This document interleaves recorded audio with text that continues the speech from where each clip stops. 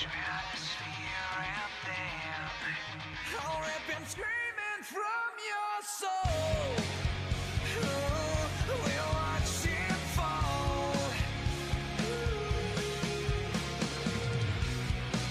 Now you clouds are all gone. Come and set your light through. Just set your light through before we're only whispers in the wind.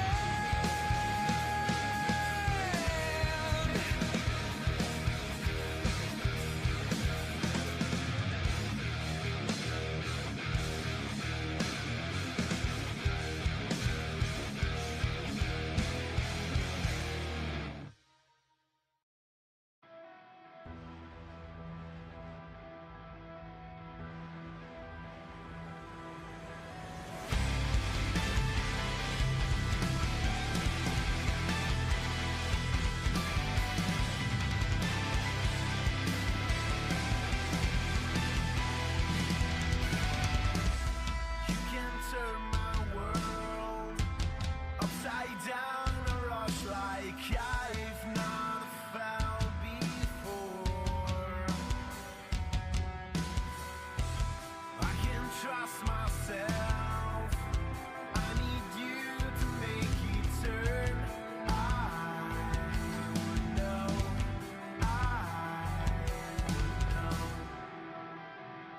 Will you follow me when the sky starts to change? Yeah, we won't be afraid. We'll never be the same again. Will you follow me? We won't leave it to chance. We can't write our romance. We'll never be the same again.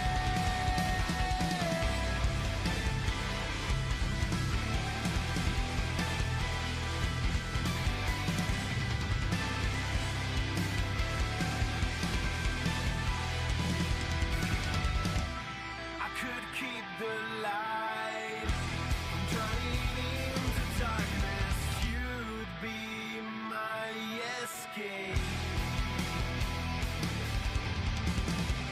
What have we been told? Easy to unfold. Future might seem every spot we're getting close. Will you follow me when the sky starts to change? Yeah, we won't be afraid. We'll never be the same again. Will you follow me? We won't leave it to chance. We can't write our romance. We'll never be the same again.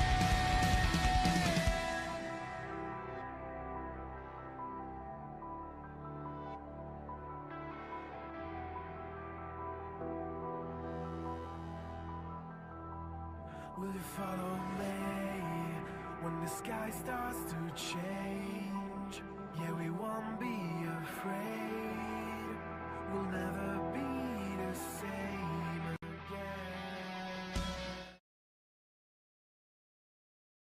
With anime in their soul and thoughts of entertainment and professional wrestling, allow us to be the voices of inside your head as we go through the wrestling event of the evening. Give our thoughts and prediction on what's to come and provide an experience exclusive to all nerds. Grab your steel chair, yell for the table, and get put through an experience like none other. Brought to you by Animal We Studio. This is a Weebs of the Ring after show podcast of Monday Night Raw, where Raw will supposedly be epic. And yes, you will usually see a Rico Suave legendary humanoid typhoon, but for now you'll see my beautiful pop figure with Finn Balor. Shock at seeing Liv Morgan and Dominic being as freaky as they do on the ring, but is your boy the visionary legendary Vash, as always, here to cover the show with, and I'm not here alone, I'm here with Drop This Box. How you guys doing today? Or I should say nighttime, because it is nighttime now. And yeah, we just got done with an episode of Raw when it comes to the Raw that was happening after Survivor Series. And Triple H advertised this Raw as being epic. That was the word that was going around on social media when it comes to, oh yeah, when we check out Monday Night Raw tonight, it is going to be epic.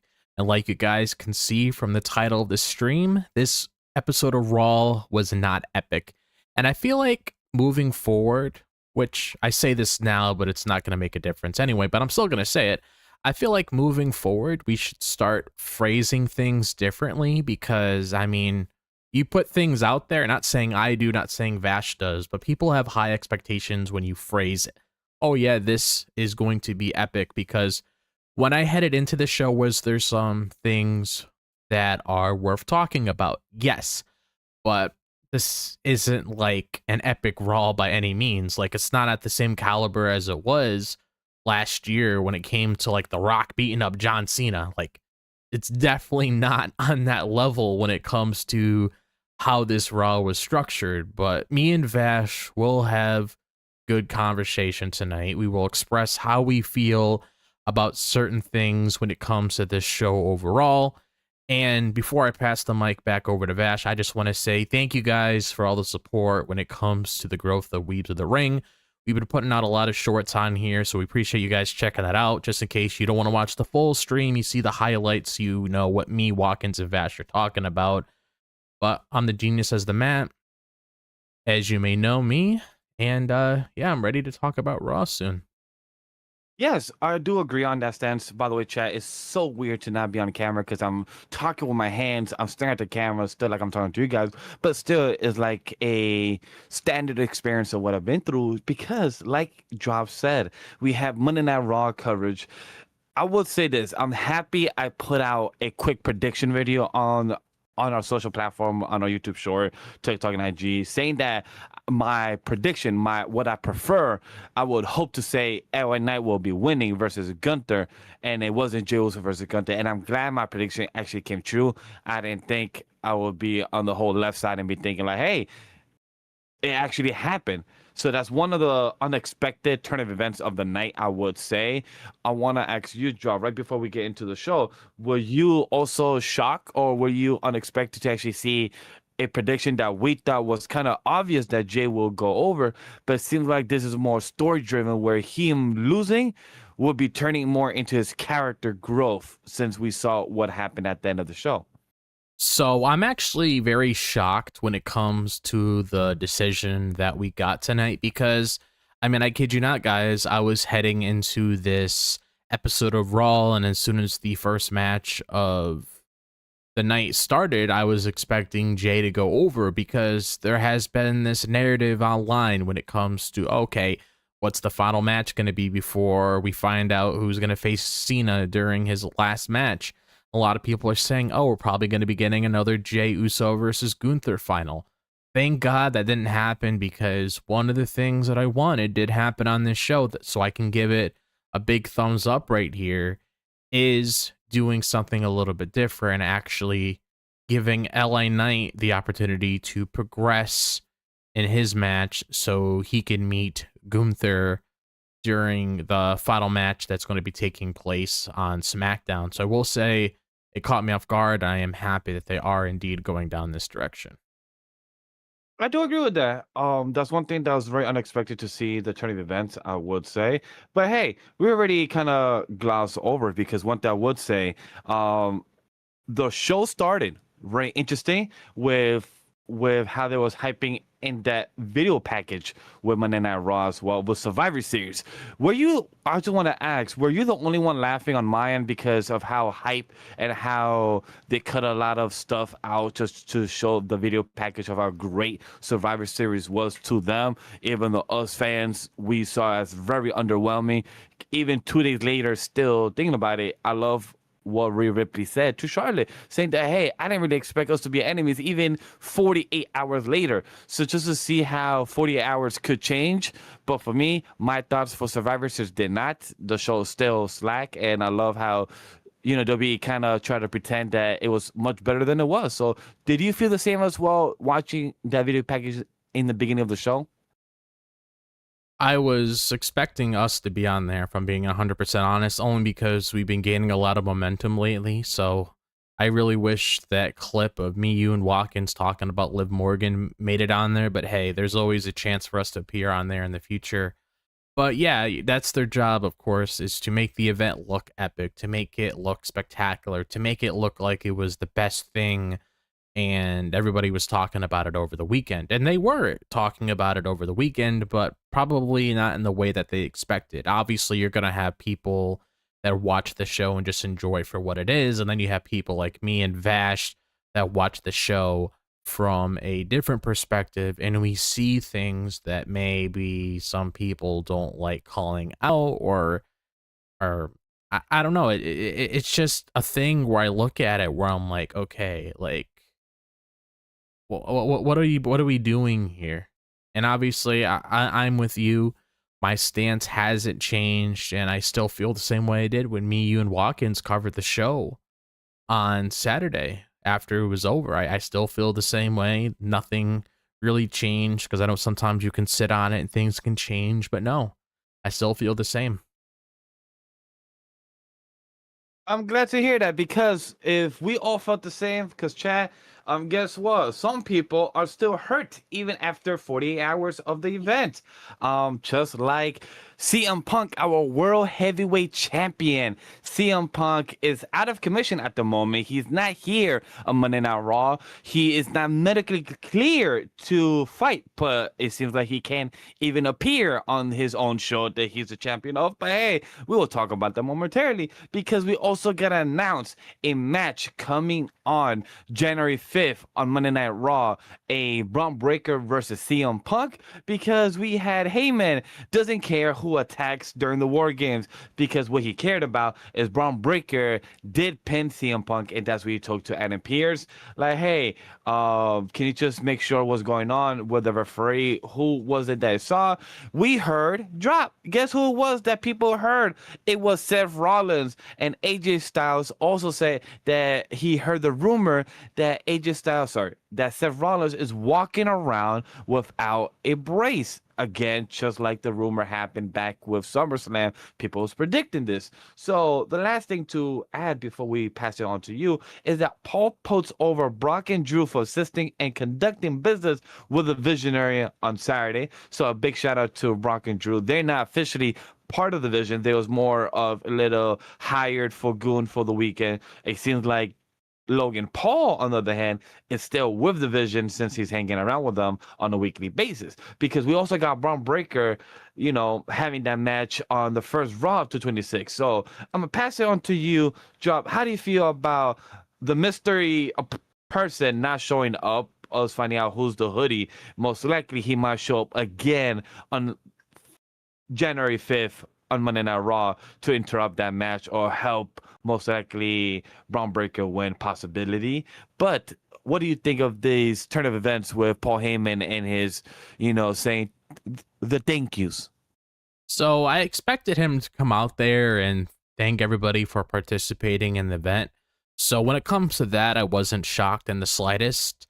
The one thing I am shocked is not getting the reveal of the mystery guy, because a lot of us were expecting heading into this episode on Monday Night Raw that we're going to find out exactly who that guy was. So when they didn't do it, I was like, okay, like I get the whole thing, how you want to build up to it and everything like that. But at the same time, I'm like, well, what's the point of like building it up? I mean, just tell us what it is, because then you could use that to start building to more things as we head to the next show, and then the show after that, and then etc. so on. Like, I was just expecting a little bit more there, and maybe that's just me being greedy, but I didn't really see the point to just leave it blank and then mention it throughout the night and say it's Seth Rollins and not really do anything about it.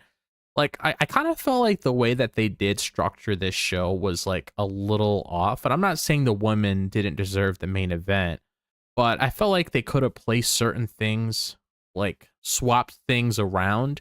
Because, I mean, what we saw with Bron Breakker and everybody else, I felt like that could have been a great way to close out the show.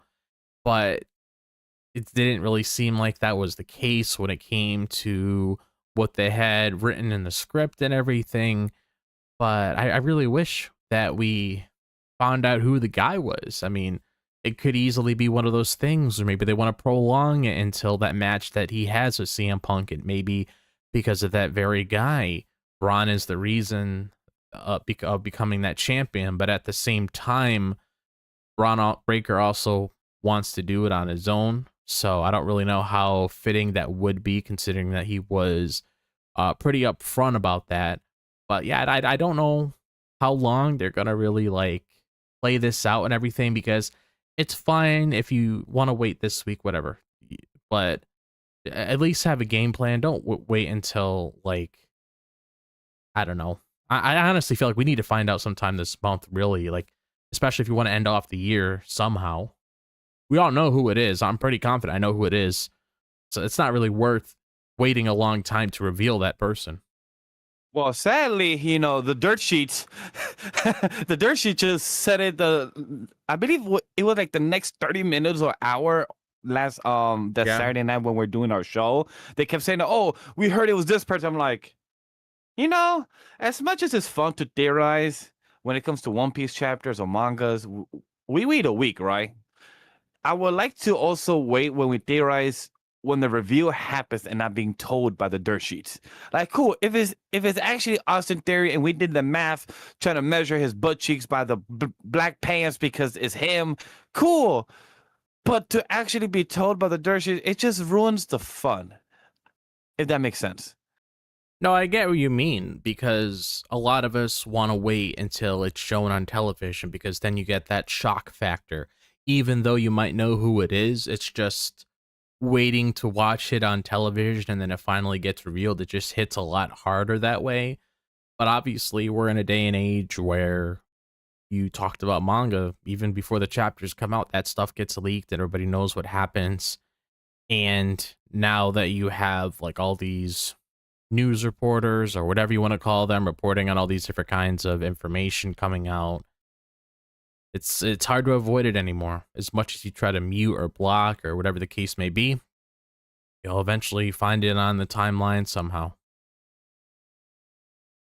Yeah, that is very true. However, what we could find on the timeline is the big thing that happened during the segment of the World Champion. We heard the destruction, we heard the anger, we heard the frustration for one guy, and it's Bron Breakker. We heard the big promo that he spoke on about how he is the man, the dog, that you are my. Well, I'm not really saying that he is your bitch, but he's like, hey, you bitch, CM Punk. Even Paul Heyman was like, oh, he's a bitch. He is going dog. He even took his sweater out, frustration. Look, I enjoyed it.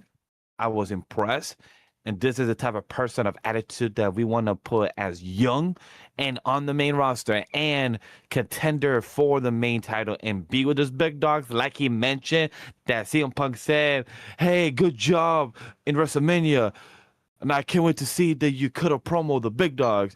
And Bron Breakker brought that back up. And he said, guess what? I did cut this promo right here for you. I hope this worked for you, CM Punk. So I really enjoyed that from Bron Breakker. How about you, Drop? Did you enjoy this beat of this drop? And was it dropped to the box? I enjoyed it. I enjoyed seeing what we got from Bron Breakker here, because this was one of the things that you needed. Like, if you really want to push him to the next level when it comes to creating somebody that's going to be carrying your business moving forward for the next 5 to 10 years or so, this is something that you definitely need to do. And this is the best that he's looked when it comes to cutting a promo. I saw a lot of people online saying that, yeah, this is probably the best promo that Bron Breakker has cut, and I 100% agree with it. It is the best promo that he cut, because this is the kind of fuel that he needed to really let everybody know out there who Bron Breakker is. And I really liked how he had all the lights on him when he was cutting this promo, and it cut really deep when it came to what he was saying there to really set things straight, so you know exactly who you're dealing with moving forward. And CM Punk has a rude awakening, because obviously he's the #1 contender now. He has a shot at that title on January 5th. Does creative make the decision to put the title on him there? Or is other things going to happen? We don't know yet, but I really like what they did here. It was really good stuff here, and I'm expecting a big 2026 for Bron Breakker, and if this is the early stages for that, really happy about it. Agreed. That's something I'm very excited to see. Hopefully, it's now a one-time thing that they let Bron Breakker let loose, Hmm. explaining and expressing how he feels, and also hopefully we hear more for the next couple weeks because we gotta build this match of Bron Breakker and CM Punk. So let's see if CM Punk is medically cleared to even appear to work and actually have a promo as well event or face-to-face type of segment that we will usually get with our champion versus opponent. So that's something I'm really curious to see. Hopefully, we get sometime next week or after Saturday Night Main Event, because that's what right now is going to be locking eyes for the next SmackDown and Monday Night Raw show for the next following week. Definitely. I agree with that. Now, let's head what I just mentioned, Saturday Night Main Event. For those that will be there, because a big shout out to our Watkins, our world champion. He will be at Saturday Night Main Event on Washington, D.C. So go check that out. If you guys will be there, say hi to him. He does not bite, because we had 2 matches for the last time it's not tournament. Like I said in the beginning of the show, go check out the social handles or Twitter. I didn't post it on Twitter, IG and TikTok, and YouTube Shorts. So go check that out, because I mentioned this first match, LA Knight, versus Jey Uso, was our first match of the night. Jey Uso came out of his entrance with the crowd, and he did his thing. He did his Yeet concert for the next 5-6 minutes, even during commercial break. However, it continued on with LA Knight coming out, and honestly, I want to talk to you, Drop. How was this match for you? Because I know, like we mentioned in the beginning, we were both thrilled and impressed that we actually had LA Knight win in this. I believe it was like a 10-minute match too. It was very solid. Yeah, it was a solid match. Sure, there was a couple things here and there, if you know what I'm referring to, Vash, when it comes to, let's say, spears hitting. But at the same time, it was a solid match, and they made the right decision. They allowed LA Knight to move on in the finals to face Gunther, which we'll obviously talk about that match right after this. But I felt like they made a good decision here because, I mean, if you want to give us a good match when it comes to something being a little bit unpredictable, even though we know who the winner is going to be towards the end, it still gives you that fun factor when you get an LA Knight versus Gunther. So I'm very happy because now you have this whole thing with Jay, and I'm not really sure where it's going to go because they tease this all the time. But now you have this whole thing with Jay where he was like really worked up after the match. He was pushing around everything, and then he was back there talking to Jackie, and he was saying, you know what, Roman was right. The titles look better on him, yada yada this, yada yada that. So what is this going to lead when it comes to Jey Uso's character? Is this teasing a heel turn? Is he going to have more attitude? Like, what really is the next step for him?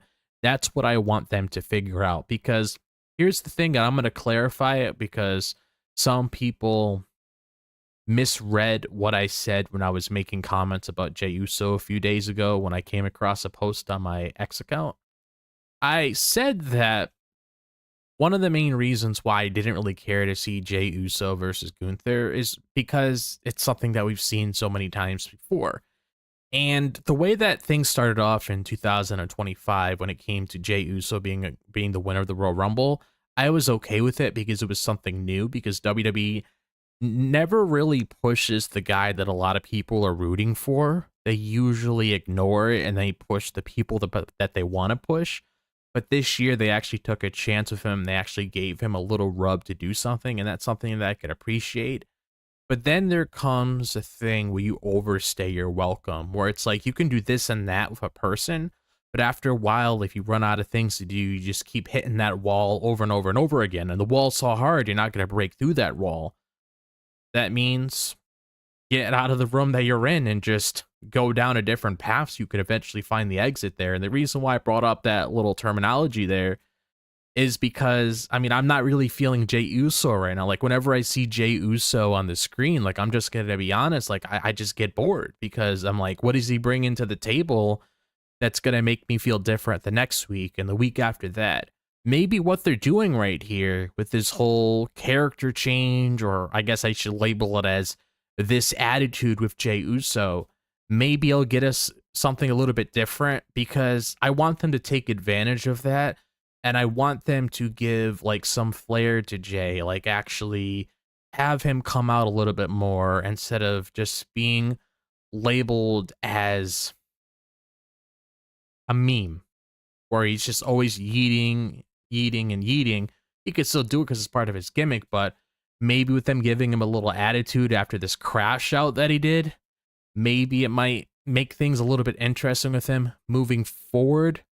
I don't know, but definitely I would take advantage of it for sure.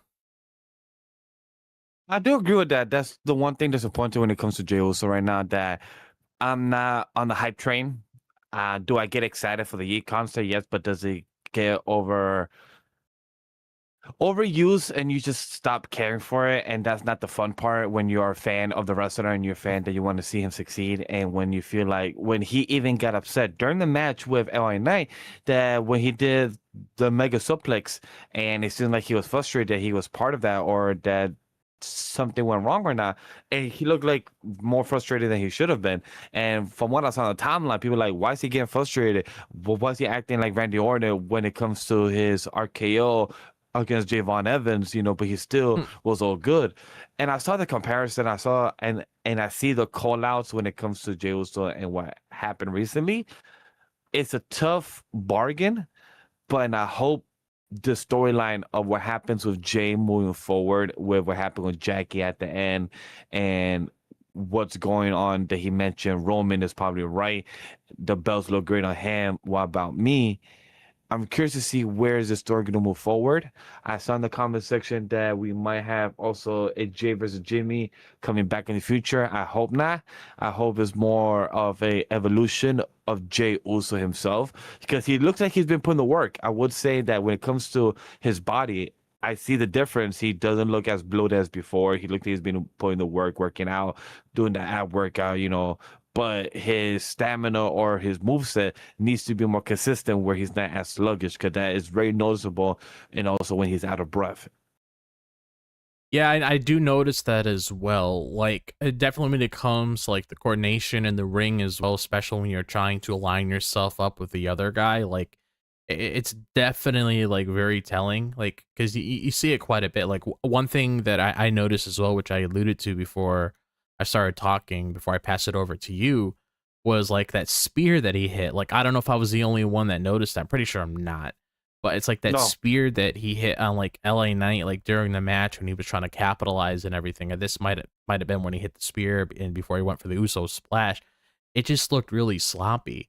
And just keep in mind, I'm not trying to take the time here to just completely like trash the guy and everything. I just want them to give us a better product with Jey Uso. I understand the whole thing where he makes a lot of money, people love him and everything. That's fine. That's always going to be there with him. But it's like, you got to give us a bone. You got to give us something else to work with him, because I mean, what you're teasing right now, you could really take advantage of that. Just don't feel afraid to take the risk. You see something that's capturing people's attention, go for it. Just go for it. If it makes sense for the character, especially with the situation that he's in, he's pretty much trapped in a corner. He doesn't want to get out. Take advantage of it. Try to evolve his character, like Vash said. agree. With that being the case, because we already spoke enough, like he said, we already spoken of about LA Knight, Jey Uso. LA Knight took the W, and guess who he's versing for this Friday Night SmackDown? It is the Ring General Gunther. We are getting to our Solo Sikoa versus Gunther. And I gotta say, this was much better than expected. For those that have noticed, we don't have the world champion on our show for tonight. However, I'm gonna give a big shout out to him because he said to read off the thoughts that he wrote here on the show. So I'm gonna first go.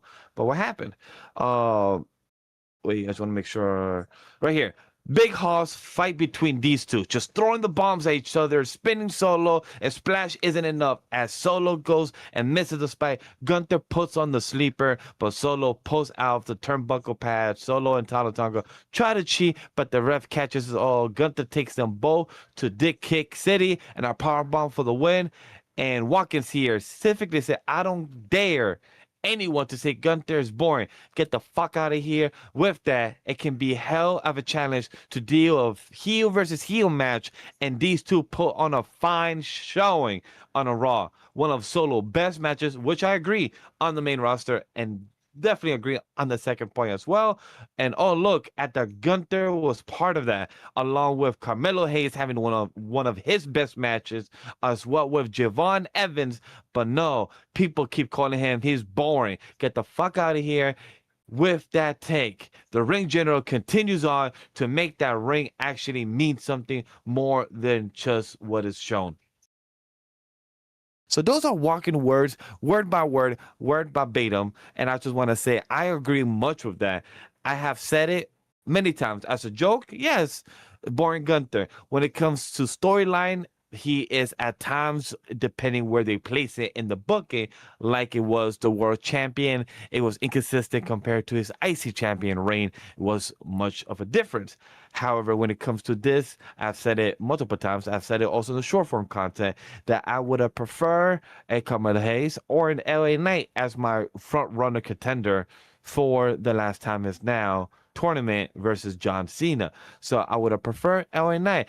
If Gunther gets it, cool. If I know the match is gonna cook, depends how it's executed, depends how the promo is. Hey, I've already retired one person, being Goldberg, early this year during the Saturday Night Main Event back in July. Now I could do again for John Cena.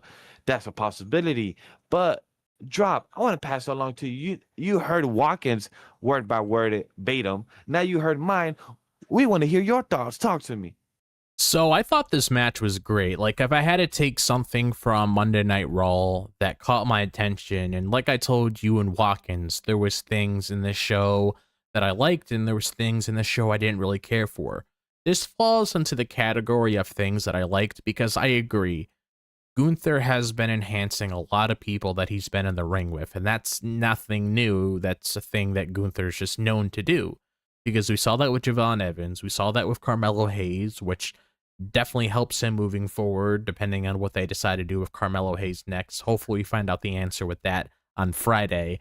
But you saw with Solo Sikoa, who isn't really known to like really catch a lot of people's eyes. You saw him really get brought to the limit tonight in this match when he was going up against Gunther, and that's something I really liked. I liked seeing Solo Sikoa on another level. I really liked seeing him showed in this match with Gunther, and I thought that they worked very well with one another. I enjoyed this match. It did what it needed to do. It basically was a wrestling match. It's Gunther putting somebody else in his territory, having a match with them, dominating them, chopping them, power bombing them, whatever the case may be, whatever he needs to do to get the job done. This is what that match was. So I was really happy about that. 100% was really happy about that. And yes, I was in the same game as you when it comes to playing a game of hoops. I was rooting for Carmelo Hayes. I thought he had it in him, but obviously things look to be good with him because, like we spoke about last week, definitely with what they took with Gunther in his match, they're definitely going to capitalize on that, I hope. And we'll see what happens. Now that we spoke about the winners out of this, now we know the Friday Night SmackDown, the final round. We should have a quick conversation before we get along. Is final round, LA Knight versus Gunther. Watkins said it beautifully.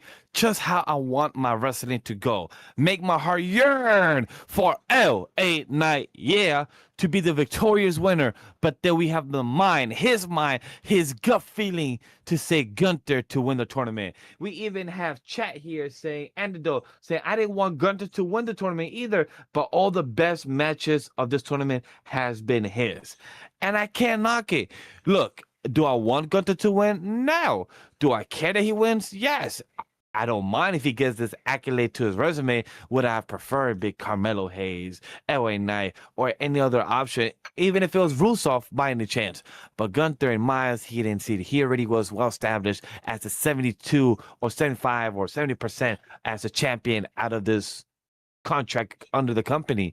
However, if he does win it, also, I would rather see LA Knight, be victorious, be the person that lock in eyes with Cena, and we have LA Knight go versus Cena, and that's something I'd love to see.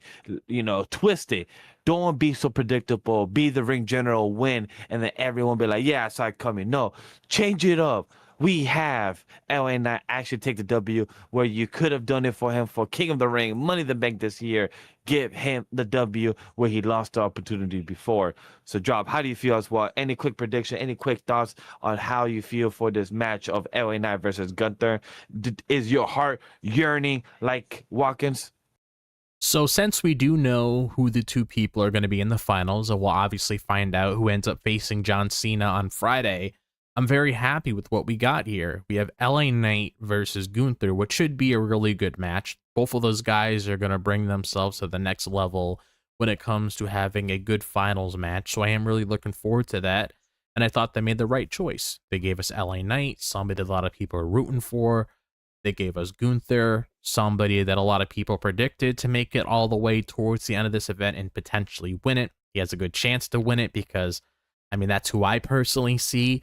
But at the same time, there is some unpredictability here because before, if I was looking at it where it was like a whole Jey Uso versus Gunther thing, I'd be like, okay, it's Gunther. But I can honestly say this is pretty even when it comes to LA Knight versus Gunther, because it could easily be one of those things where it's like, okay, Gunther's looking super dominant throughout the entire thing, and then all of a sudden, LA Knight's his kryptonite, where LA Knight ends up defeating him, and then he goes to face John Cena during his final match, which, oh my god, if they actually did something like that, I would explode too, because, I mean, hey, that's unpredictable. That's something that I would really like. That's something that, like I was echoing with Carmelo Hayes, LA Knight's another guy where it's like, after this, what does he really do? And I feel like when it comes to him and Cena, if that is the match and he ends up beating Cena and he retires him and all that, I mean, hey, what a great way to start off his 2026, knowing how he got a lot of enhancement from that, because that would be pretty cool.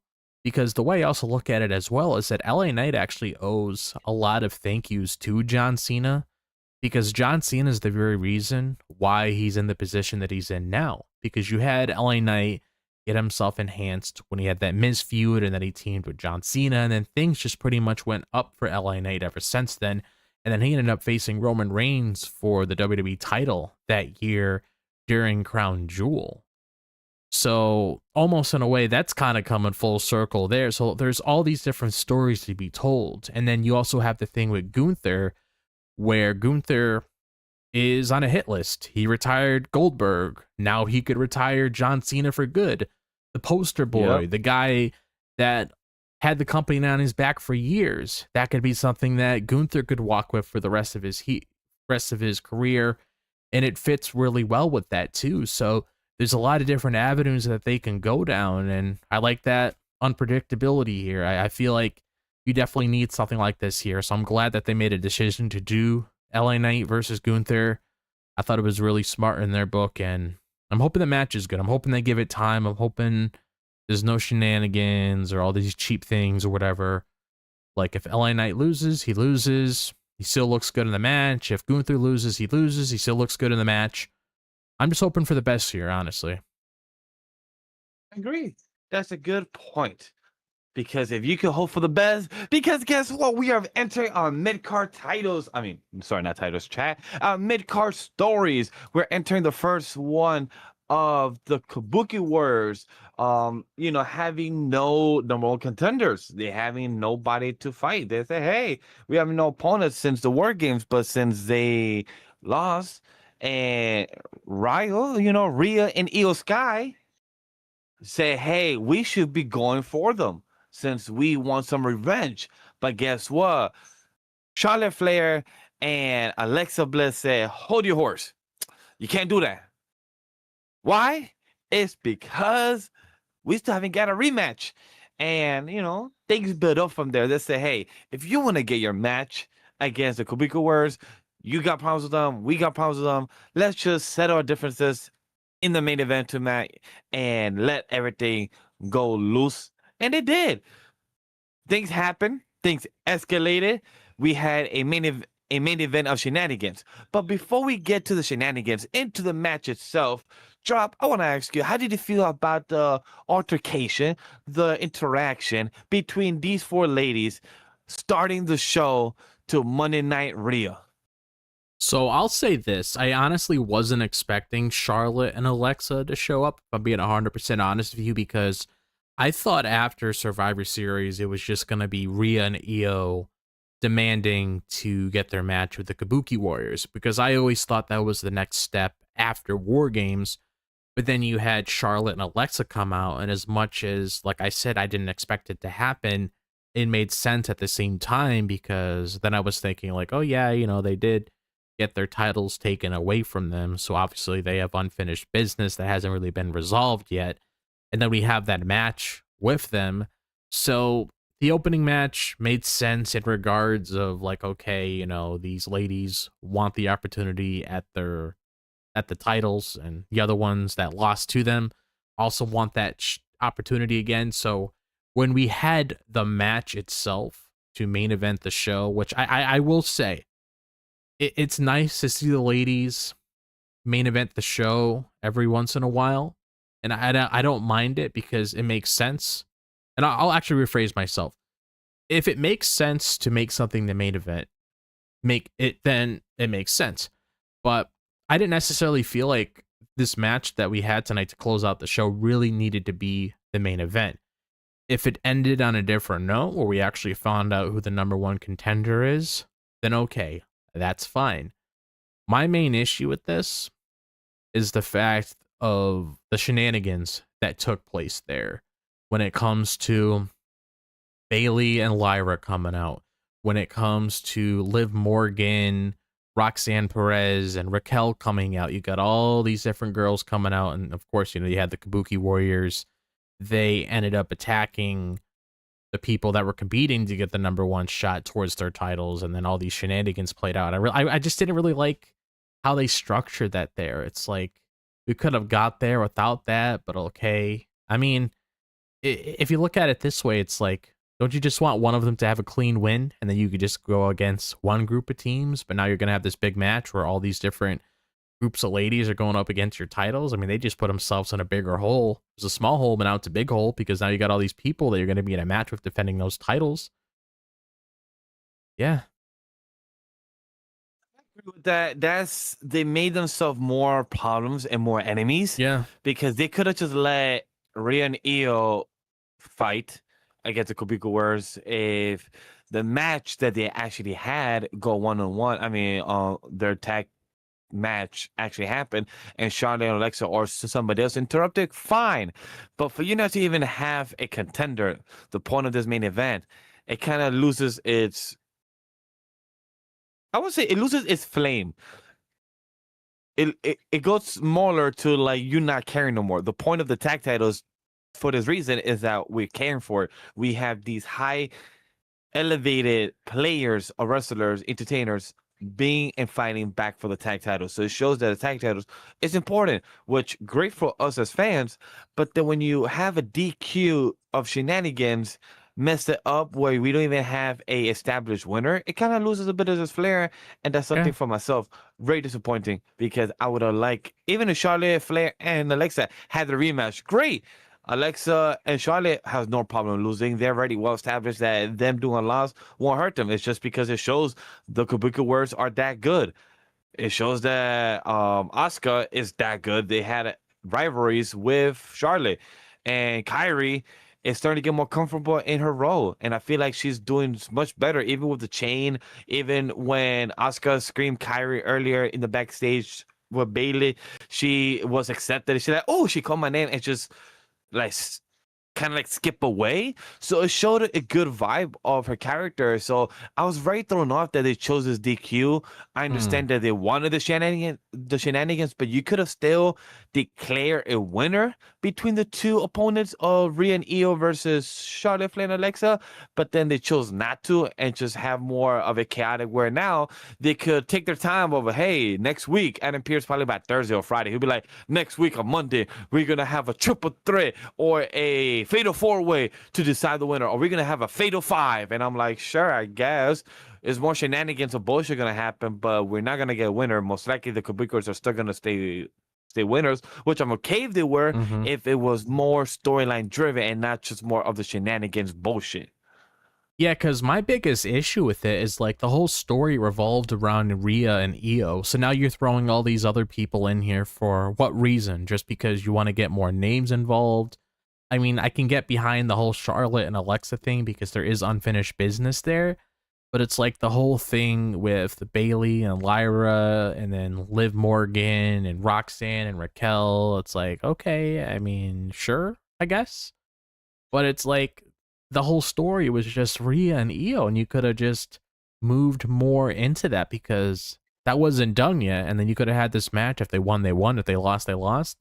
And then they could have moved on, and then we could have started a whole new storyline. But now we got all these group of ladies together. So I mean, I don't know what to tell you now. I would just prefer it to be just the RhIyo and RhIyo against the Kabuki Warriors thing. But hey, I'm not the person running the show. That would make the most sense because at least there's story there, and you actually care for it.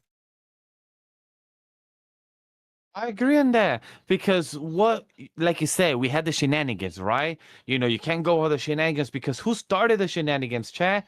It's because we had the return of Liv Morgan. The Judgment Day continues their I'll say craziness of havoc of shenanigans is what Watkins would have called it because Liv Morgan is back in the Judgment Day looking strong as ever because Dom also came out to gloat that he beat the GOAT John Cena and Liv is happy to be back. She even smiled Dom of how happy she was and she was a bit upset with the Judgment Day because they look like they're weak, falling apart. There is no type of gold around the waist except for her dirty Dom. And as you see from the picture I chose that Finn Balor just be shocked at the craziness being happening, but also Liv is eyeing for the gold of Stephanie Valkyr. So that's nice to see because I've been wanting more story, more things involving for Stephanie, not just backstage segment. So that's one thing I will say I'm proud as a fan to see Liv Morgan maybe might push or help or put over Stephanie Valkyr this one time and then get the leg back and win the title. Who knows how the story is going to develop? But I'm just happy it makes sense because that's why she gave the tag title not accepting from Roxanne. She chose to say, hey, you do your thing. You are with Raquel right now because I'm going for the higher gold, the one that Stephanie Valkyr is holding. So I was very happy and just impressed about this. Judgment Day looked like their story still continue after 3-4 years of going strong, even surpassing the Bloodline, even surpassing other factions, and they're going strong, and depending how they're going to continue on for 2026. So, John, I have to ask you a question. Are you still looking forward for Judgment Day shenanigans ending with 2025 and still going strong to 26, or do you think we'll be ending them before the year ends? It could go either way, really. Like, one thing I will say that I am happy about is the position that they are putting in, doing with Liv Morgan, because I'm glad that we did have that backstage segment with her and Stephanie Valkyr, because that right there is teasing Stephanie Valkyr's next feud, which more than likely is going to be Liv Morgan, and I'm really hoping that this could help out Stephanie Valkyr. I don't see her losing the title, but I feel like with somebody like Liv Morgan, considering how many eyes are on her, they could really use her as a way to help push Stephanie Valkyr a lot more. So I am very smart in that decision that they made, because when you also look at what we saw towards the end of the show, she gave that opportunity to Roxanne and Raquel, because obviously, like you said, she there's bigger fish for her to fry, and if I was in her position and I know my status, I would be going after world title gold instead of tag title gold. So it makes a lot of sense in that department. So I am very happy about that. And I'm honestly hoping they take their time with this. I don't want them just to jump into a match and then that's it. Like, I'm hoping they actually marinate it a little bit. Doesn't have to be super long, but at least do it properly until the time comes. Then you could have this match of and you could have this match of Liv Morgan and Stephanie Vaquer. So I am very happy in that regard. And when it comes to like what could happen with the Judgment Day moving forward, I mean, you would think with Liv Morgan coming back, things would be going forward rather than back. But I mean, at this point, in all honesty, Vash, I'm just waiting for the Judgment Day to break up because I'm looking at it. I'm like, what is there really left to see here? Because it's always the same story playing over and over and over again, and then they get gold, and then the same story plays where they lose it, and then they get gold. So it's like, we got to do something a little bit different here. We got, like, whatever happened to that whole thing with Dom and Finn, they just moved past that. How is, like, Liv viewing Roxanne? Does she actually care for her and wants to work alongside her and be a fellow Judgment Day member to her? Or is there, like, more on the table with that? Like, there's still a lot of questions I do have, but I'm hoping they make some sort of decision that makes sense because, I mean, I don't really care to see the Judgment Day as much as I used to anymore.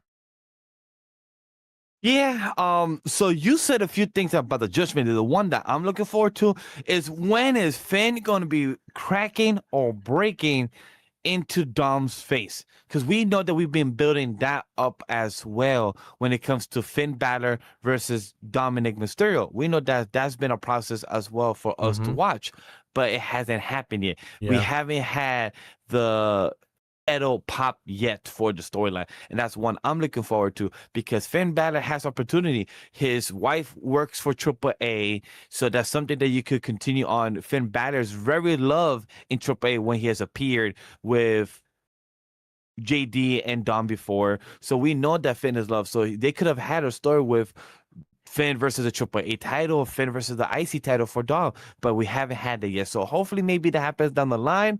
Not that also Dom has the IC title back, but we don't know who is he going to be versing now moving forward.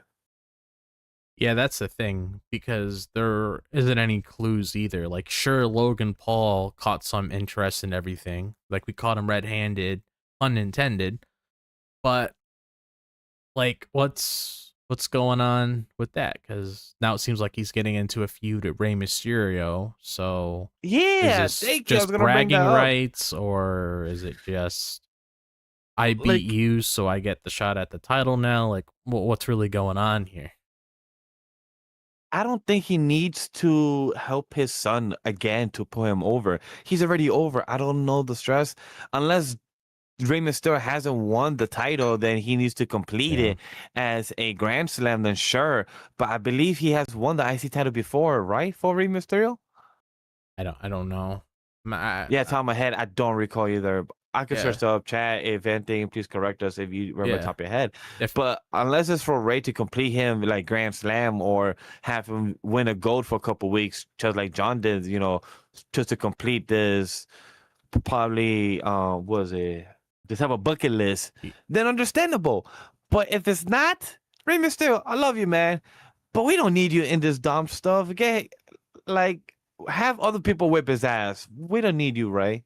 The funny thing about this is that we were complaining about the US title not feeling like a US title on SmackDown, and now it's the exact opposite, because now the US title feels like how the IC title was before, and now the IC title, outside of what Dom has been doing with it, because he has done a couple good things with it, it doesn't really feel like all that important, because we don't really know what direction it's going to go down.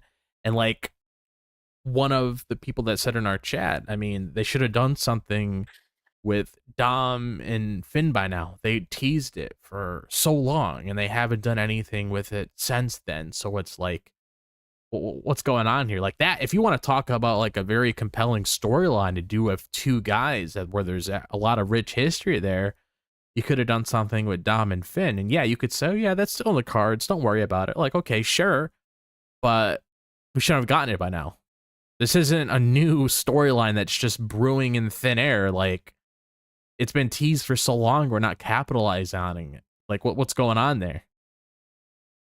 Agree. For fans to know, even the comment section, for them to know, like, hey, they should have done something with Finn. It shows that like we notice the small things. You could do Mhm. things that Finn, like the shoulder shrugs, those eye glares, those things that will frustrate Finn, and us fans will make memes about it. So we even noticing that, and they're not Mhm. capitalizing.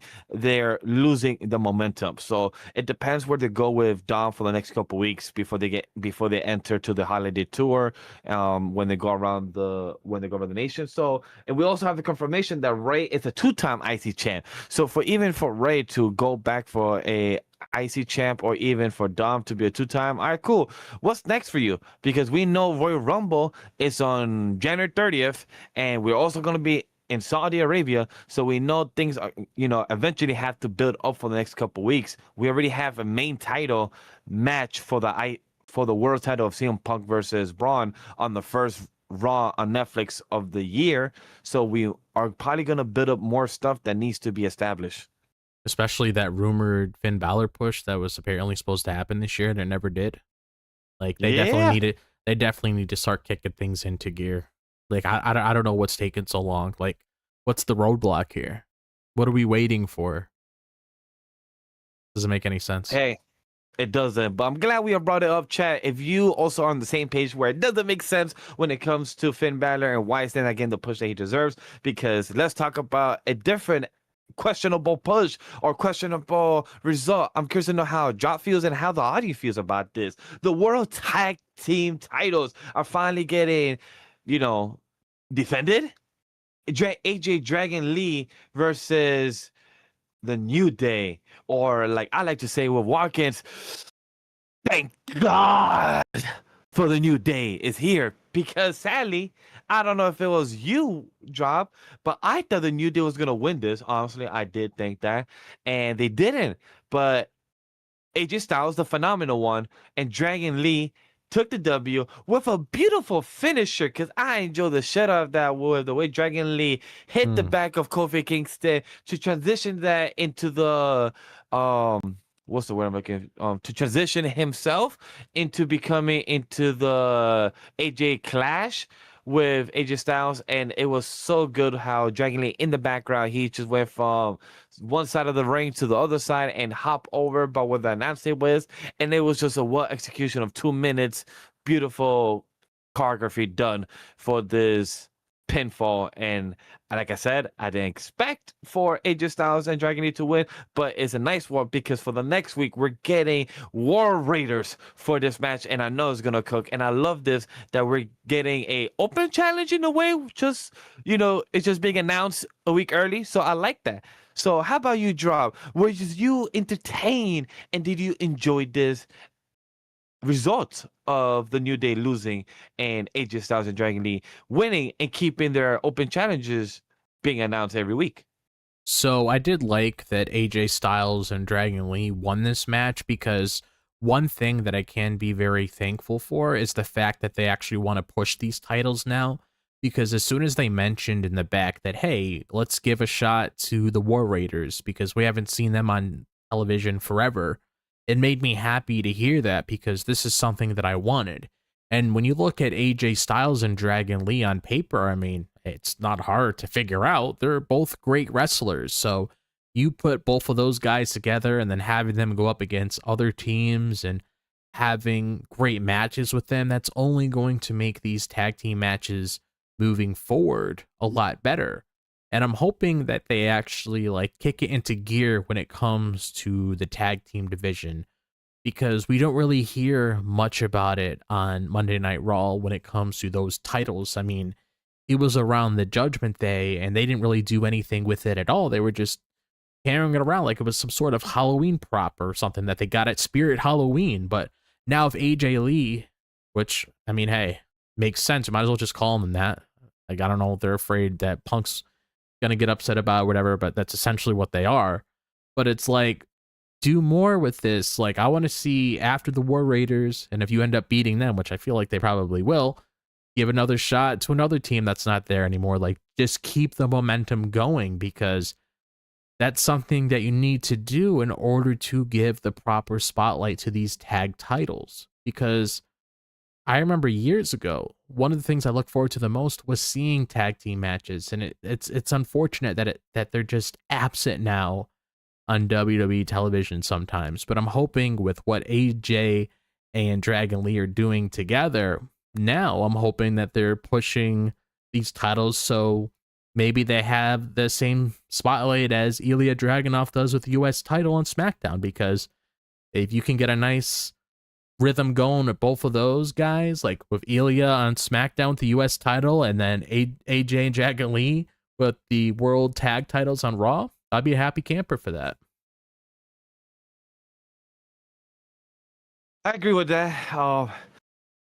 It's just very frustrating and exhausting when it comes to knowing the tag titles not being as shown or predominant, like in the chat as well said, when it comes to SmackDown, when the White Six last time they had a, so it's like, hey, White Six, when are you guys gonna also be, defending the title? It just makes the question to differ, like, hey, what's going on there? Mm-hmm.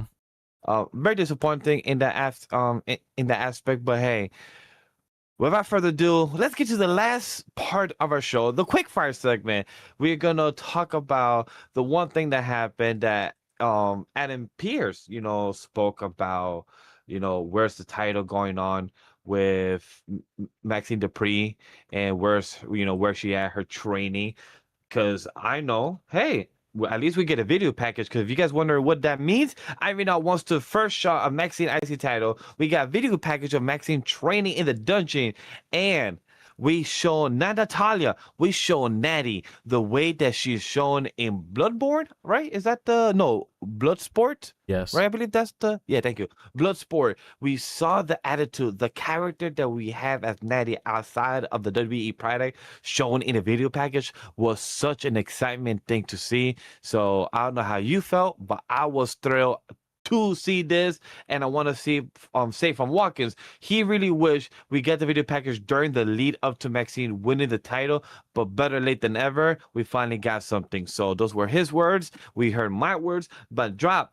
Let's hear some knowledge. How did you feel about this Ivy Now promo? Because on my end, I didn't care for it, but it's nice to see that she's getting more lines. We said it last week that, hey, can you say more than one line or more than one stare? But we got something. Not saying that it was bad. It just was there. It continued on. However, how did you feel about the whole video package and Natty persona being shown? So I didn't really care about the whole Ivy Nile thing, because she just feels like a background character at this point, just because of how creative is using her. So when it comes to those, that's honestly all I have to really say about her. So sure, she can have her match, but after that, she's just going to be an afterthought. I hate to be blunt about it, but that's honestly just how I feel about her. But when it comes to like this whole video package that we did see with Natty and Maxine, I agree with Watkins. We should have got this with the build-up leading to that next match with Becky Lynch before she won the title, because I feel like it would have hit a little bit harder if we saw how much Maxine was putting herself through leading up to this match. But hey, I mean, we got it, so that's a cool thing. And also another thing to pull out of it is we see this vicious side of Natty, which she has been doing in Bloodsport. I mean, show us that version of the character on WWE television, because that caught a lot of eyes when she wasn't doing anything in WWE, when she was doing things on like the indie scene and participating in a lot of these events going on. A lot of people really like that, so use that to your advantage and actually bring it to WWE television. It wouldn't hurt. It would spice things up a little bit. It would give us something new that we haven't seen with her for quite some time on WWE television, so that would be nice. But yeah, it's good to see that there's people that want to, I guess, go after the women's IC title. But I feel like we should get more competitors outside of Ivy Nile, because I mean, I'll just be honest, nobody really cares about her. Yeah, Nobody cares. hopefully what they need to sell us on is show the in-ring work with Maxine and Avinal. Show Yeah. that they could be in the ring. Show that you guys are mid-carders. Show that the IC title is not just for a storyline of Becky Lynch and AJ Lee and then Maxine that's been going on for the past couple of months with Lyra and Bailey for the past 6 months, 8 months of the year. We want to see more of these mid-carders that are actually going up, like Avinal is one of them, Maxine, maybe Natty, stuff like that being involved in the future. So we want more, and hopefully we get that. But if that is all for the show, because chat, we have reached a conclusion to our show. We're here for the final thoughts. So chat, since you can't see my beautiful self in this look, I do want to say that from Watkins, because he's not here. Very strong show tonight. One of the better episodes of Raw in quite some time. Was it epic? The answer is a no on that one. It was a really good show for their Monday night brand. I just hope they can take the energy they had tonight and move forward. Let's end 2025 on a more positive note and enter 2026 with a bang that's been missing the past few months. And I agree with Watkins because was it a solid show? Yes. Was it an entertaining show? Yes. Was it a great show? No, it was very solid. It hit all cylinders of stories moving along. But did everything execute how us fans wanted or what we wanted more out of it? I wanted more out of it, and I didn't get that. So that's why it was a solid show. We got Bron Breakker doing a good promo, like we said earlier. He was solid to finally let loose. He said the bitch. He took off his jackass frustration. We don't know who's the masked hood. We're gonna probably wait until next month, or maybe wait until Royal Rumble. Who knows? Like it happened with Jade Cargill, person that we didn't find out till like 6 months later, I believe. So storylines sometimes could drag. Hopefully this one don't. And can't wait to see the War Raiders versus AJ Lee team. Yes, you heard me, team. But John, tell me your thoughts. So I thought today was all right. Like the episode of Raw that we got was all right. It wasn't anything special to me. It wasn't epic like Triple H advertised it. So we need to really, tone down on the phrasing with that. But there was a couple things that I took from this show that I cared for. Like when it came to Bron Breakker's promo establishing him as a character and what they're planning on doing with him moving forward when it comes to us seeing him in 2026. That's something that I'm really looking forward to. So that's a plus for me. And then when it comes to the tag title scene on Monday Night Raw, like I'm really hoping we do more things like this where we give opportunities to people like the War Raiders so they can be on TV again and show what they can do and we can get some good matches out of them. So I'm hoping we continue this thread that they started. If not, then you're just wasting my time at that point. And then when it comes to like the things that's going on with Liv Morgan, I am very intrigued when it comes to getting a feud between her and Stephanie Becker. And I also like how we're seeing her give an opportunity to Roxanne and Raquel. Am I the biggest fan in the world when it comes to how that match ended? No. But we're there now. Can't really go back. So hopefully we find out exactly how they're going to structure that match. If it was up to me, I would definitely add some sort of stipulation instead of just being a tag match where they're all around the ring and they're just tagging each other in and it's just a one-on-one thing. Like, make it a TLC match, make it some sort of match that's entertaining. Just get all the competitors involved. I don't know if they're going to do it sometime towards the end of this month or the first Monday Night Raw in 2026. I don't know, but at least add a stipulation, do some chaos and stuff. It doesn't hurt. You got all those ladies in there. Don't do like a regular lame tag match. Like actually take advantage of it. And also when it comes to us getting LA Knight versus Gunther, I love that. It's unpredictable. And it gets me very curious to see exactly what sort of decision they're going to go down when it comes to the finals match that we get on SmackDown. So I'm hoping for the best for that. I'm hoping they get a good match. I'm hoping we find out who John Cena's final opponent's going to be, and hopefully there's some sort of effort being put towards that last promo before so and so enters the battle against him, but we'll just have to wait and see what happens with that on Monday next week. I agree with them. And those were perfect words to say because I left off the LA Knight thing. And that's something that we were both very excited about, that we were both thrilled in the thread to actually see that unexpected win, but we're expected to see a good brawl this Friday night. So can't wait for that. So chat, if you heard what I said this Friday night, that means you have 2 more shows to watch for this week. We have our Grappling with the Week show this Thursday night at 8:30 p.m. EST, and this Friday night SmackDown, as always, at 10:30. Still, because it's a 2-hour show until we return on January for a 3-hour show. And trust me, I know Drop, I know myself, and Walkers are not looking for a 3-hour show unless it's successful by telling a good story. Because with that, hopefully we told you guys a good story of the coverage of Monday Night Raw and was entertained. Because thank you for taking the time out of your day to listen to the Weebs of the Ring podcast. If you enjoy what we had to say, why not listen to what Vash said? Because what did I say? Go follow us on all our social media handles of Weebs of the Ring. Use the hashtag Weebs of the Ring. And also click our socials. Take to YouTube Shorts, where you guys will see vertical content of myself, of Drop, of Watkins, our predictions, or our clips from our own podcast feed. So we appreciate that you guys could support that. And as well, like I said, podcast feed. We're on Apple, iTunes. We are on iHeartRadio, Spotify, everywhere you could hear us. We appreciate all the support.